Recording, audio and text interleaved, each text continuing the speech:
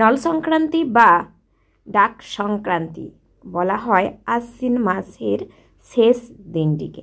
এই দিন কেন তালের শাঁস বা গজর, হলুদ এবং এই তিতা খাওয়ার প্রচলন রয়েছে বা শাক এবং ওল এগুলি কেন খাওয়া হয় তার কারণ সম্পর্কে রয়েছে কিছু মতভেদ। আশ্বিন মাসের শেষ দিনে গ্রাম বাংলায় পালিত হয় একটি লৌকিক উৎসব যা মূলত কৃষকরা পালন করে থাকে। এই সময় যেহেতু ধান খেতে ফুল আসার সময় তাই পালন করা হয় এমন উৎসব। হিন্দুদের শাস্ত্র মতে ধান হলো আমাদের লক্ষ্মীর সম্পদ, অর্থাৎ আমরা আমাদের সম্পদের অধিষ্ঠাত্রী দেবী লক্ষ্মীর আরাধনা করা হয়, কিন্তু এই ধান দিয়ে বা ধানকেই আমাদের সোনার সঙ্গে তুলনা করা হয় বা সম্পদের সঙ্গে তুলনা করা হয়। তাছাড়া বিভিন্ন অনুষ্ঠান আয়োজনের মাধ্যমে কিংবদন্তি ডাক পুরুষের আশীর্বাদ লাভ করার কামনা করা হয়। পশ্চিমবঙ্গের মেদিনীপুর, বাঁকুড়া, বর্ধমান, হুগলি, হাওড়া, উত্তর চব্বিশ পরগনা, দক্ষিণ চব্বিশ পরগনা, নদিয়া, এমনকি উড়িষ্যাতেও এই ডাক সংক্রান্তি বা নল সংক্রান্তির উৎসব পালিত হয়। তবে স্থানভেদে উৎসবের দিনটি হেরফের ঘটে এবং প্রথা আলাদা। বাংলার কৃষক সমাজের বিশ্বাস, অতীতে বাংলায় এক বলবীর্যমান ও মন্ত্রৌষধি জ্ঞানী মহাপুরুষ ছিলেন। তিনি প্রতি বছর আশ্বিন মাসের সংক্রান্তির আগের রাতে নির্দিষ্ট শুভ লগ্নে লাঠি ও জ্বলন্ত মশাল হাতে বীরত্বব্যঞ্জক ভঙ্গিতে ভয়ঙ্কর শব্দ করতে করতে বিধাতা পুরুষের কাছে যেতেন এবং তার কাছে পার্থিব মানুষদের শারীরিক সাংসারিক দুঃখের বিষয়গুলি ব্যক্ত করে সেসব দুঃখ থেকে পরিত্রাণের উপদেশ ও আশীর্বাদ মর্তধামে নিয়ে আসতেন। পৃথিবীর মানুষদের সংবাদ নিয়ে স্বর্গধামে গমন করতেন বলেই তার নাম ডাকপুরুষ। আবার কারো কারো মতে আশ্বিন সংক্রান্তির পূর্বরাত্রে নির্দিষ্ট সময়ে পল্লীবাসীকে ডেকে উন্মুক্ত প্রান্তরে গিয়ে শারীরিক কসরত বা ব্যায়াম এবং মন্ত্রৌষধির শিক্ষা দিতেন। অনেক পণ্ডিতের মতে এই ডাকপুরুষ পূর্ববঙ্গের মানুষ ছিলেন। ডাকপুরুষের স্মৃতিকে জিইয়ে রাখতে এখন বাংলার কোনো কোনো অঞ্চলের ছেলেরা বছরের ওই দিন মাঠে গিয়ে সারাদিন লাঠি খেলা, মশাল জ্বালানো, কুস্তি এবং বিভিন্ন রকমের ক্রীড়া কৌতুক করে থাকেন। রাত শেষে নদী বা পুকুরে স্নান করে পাত্র ভরে ডাক জল নিয়ে বাড়িতে আসেন। কৃষক পরিবারের প্রত্যেকে নিম পাতা ও তালশাঁস খেয়ে ওই জল পান করেন। তাদের বিশ্বাস এটিই হলো ডাকপুরুষের আদেশ বা বাণী এবং এতে সারা বছর তাদের শরীর স্বাস্থ্য ভালো থাকবে। অনেক জায়গায় ধান খেতে লৌকিক দেবী গার্সে ষষ্ঠীর পুজো করা হয় এবং ভোরবেলা ধানে ডাক দেওয়া হয়। ওই দিন সমস্ত কৃষিকাজ বন্ধ থাকে। উৎসবের 3-4 দিন আগে থেকেই বাছাই করা শুকনো পাটকাঠি আঁটি বেঁধে রাখা হয়। উৎসবের আগের দিন রাত্রে মশাল জেলে গ্রামের কৃষকেরা ঘুরে বেড়ায় এবং ওহো ওহো শব্দ করে আনন্দ প্রকাশ করে। সকালে প্রজ্বলিত মশালের শেষ অংশ একত্রিত করে বৃহৎ অগ্নিকুণ্ড সৃষ্টি করে গা, হাত, পা, মুখ গরম করা হয়। ভোরবেলা অল্প বয়সী ছেলেরা বাঁশের লাঠি হাতে নিয়ে কুলো পিটিয়ে নিম্নোক্ত ছড়া আবৃত্তি করে গোটা গ্রামকে জাগিয়ে তোলে। ছড়াটি হলো এরম: আশ্বিন যায় কার্তিক আসে, মা লক্ষ্মী গর্ভে বসে, আমন ধানের সার বসে, এপারের পোকামাকড় ওপারেতে যায়, ওপারের শিয়াল কুকুরে ধরে ধরে খায়, হো হো হো। উৎসবের দিন কৃষক বধূরা ঘরে ঘরে নতুন আউশ ধানের তন্ডুলের গুড়ের সাথে নারকেল ও গুড় দিয়ে পিঠে তৈরি করে আত্মীয়দের সঙ্গে আনন্দোৎসব পালন করে। পশ্চিমবঙ্গের বীরভূম অঞ্চলে কার্তিক মাসের শেষ দিনে ডাক সংক্রান্তি উদযাপিত হয়। এদিন স্থানীয় আদিবাসীরা ধান গাছের কাছে গিয়ে বলেন, ধান ফুলো ধান ফুলো। বাঁকুড়াতে কার্তিক সংক্রান্তিকে মাথান ষষ্ঠীও বলা হয়। মেদিনীপুর অঞ্চলে এই দিন ধান খেতে সরকাঠি পোঁতার সময় কৃষকরা ছড়া বলেন: অন সরষে শশার নাড়ি, যারে পোকা ধানকে ছাড়ি, এখানে আছে খুদ মালিকা, এখানে আছে ওল, মহাদেবের ধ্যান করে বলরে হরি বল। যদিও রাসায়নিক সার ব্যবহারে হারিয়ে যেতে বসেছে অতি প্রাচীন ডাক সংক্রান্তি বা নল সংক্রান্তি। নল সংক্রান্তির জন্য প্রায় 10 থেকে 15টি ভেষজ উপাদান দিয়ে তৈরি করা হয় বনৌজ।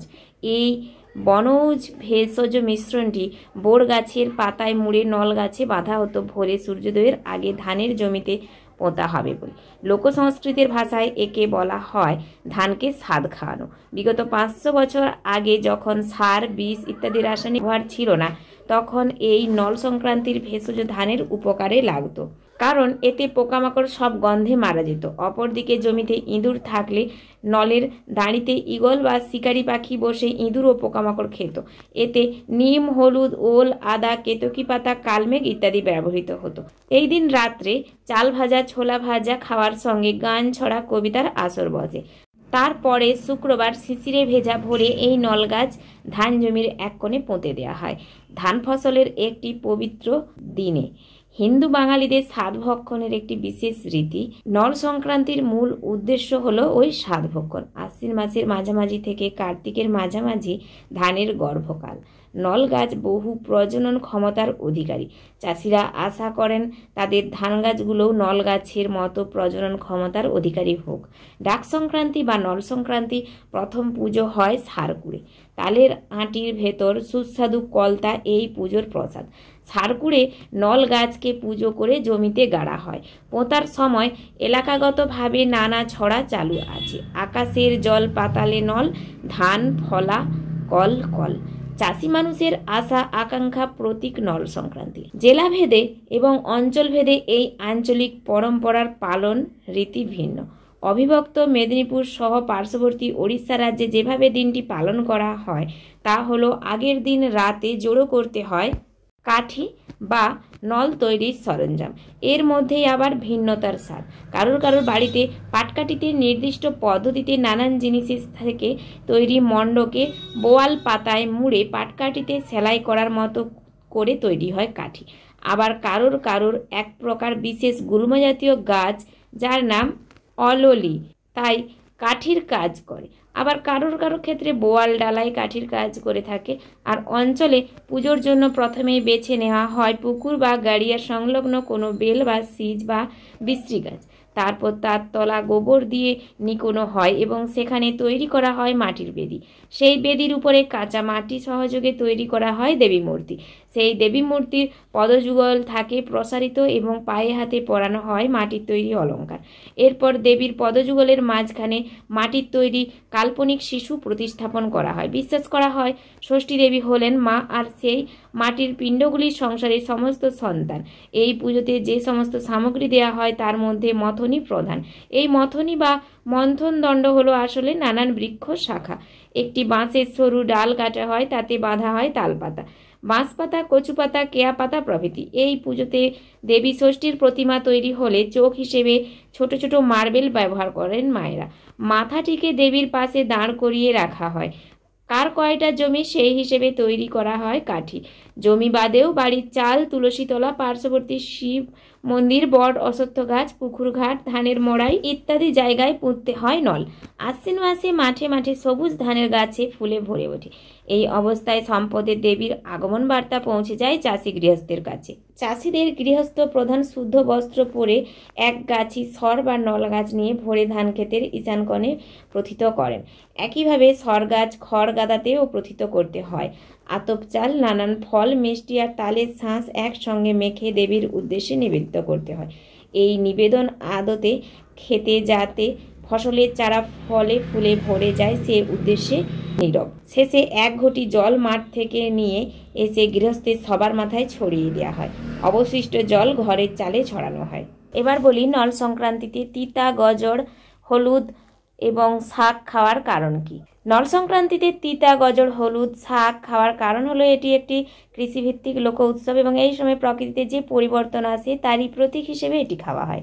এই খাবারগুলো সাধারণত গজল নামে পরিচিত, যা মূলত তিতা ও তেতো স্বাদের হয়। এর মাধ্যমে এই উৎসবের মূল উদ্দেশ্য যেমন কৃষি সমৃদ্ধি, উর্বরতা এবং লক্ষ্মীর প্রতি কৃতজ্ঞতা প্রকাশ করা হয়। নল সংক্রান্তি আশ্বিন মাসে পালিত একটি কৃষক উৎসব, যখন ধানের ফুল ফোটার সময়।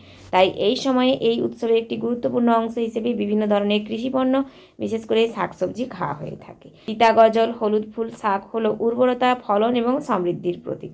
এই উৎসবের মাধ্যমে কৃষকরা তাদের জমির উর্বরতা ও সমৃদ্ধি কামনা করে থাকেন। এই খাবারগুলো ঐতিহ্য ও প্রথার অংশ হিসেবেও খাওয়া হয়। এই সময় এই ধরনের তিতা ও তিক্ত সবজি খাওয়া প্রকৃতির একটি বিশেষ প্রতীক এবং তা কৃষকদের উৎসবের সঙ্গে যুক্ত করে।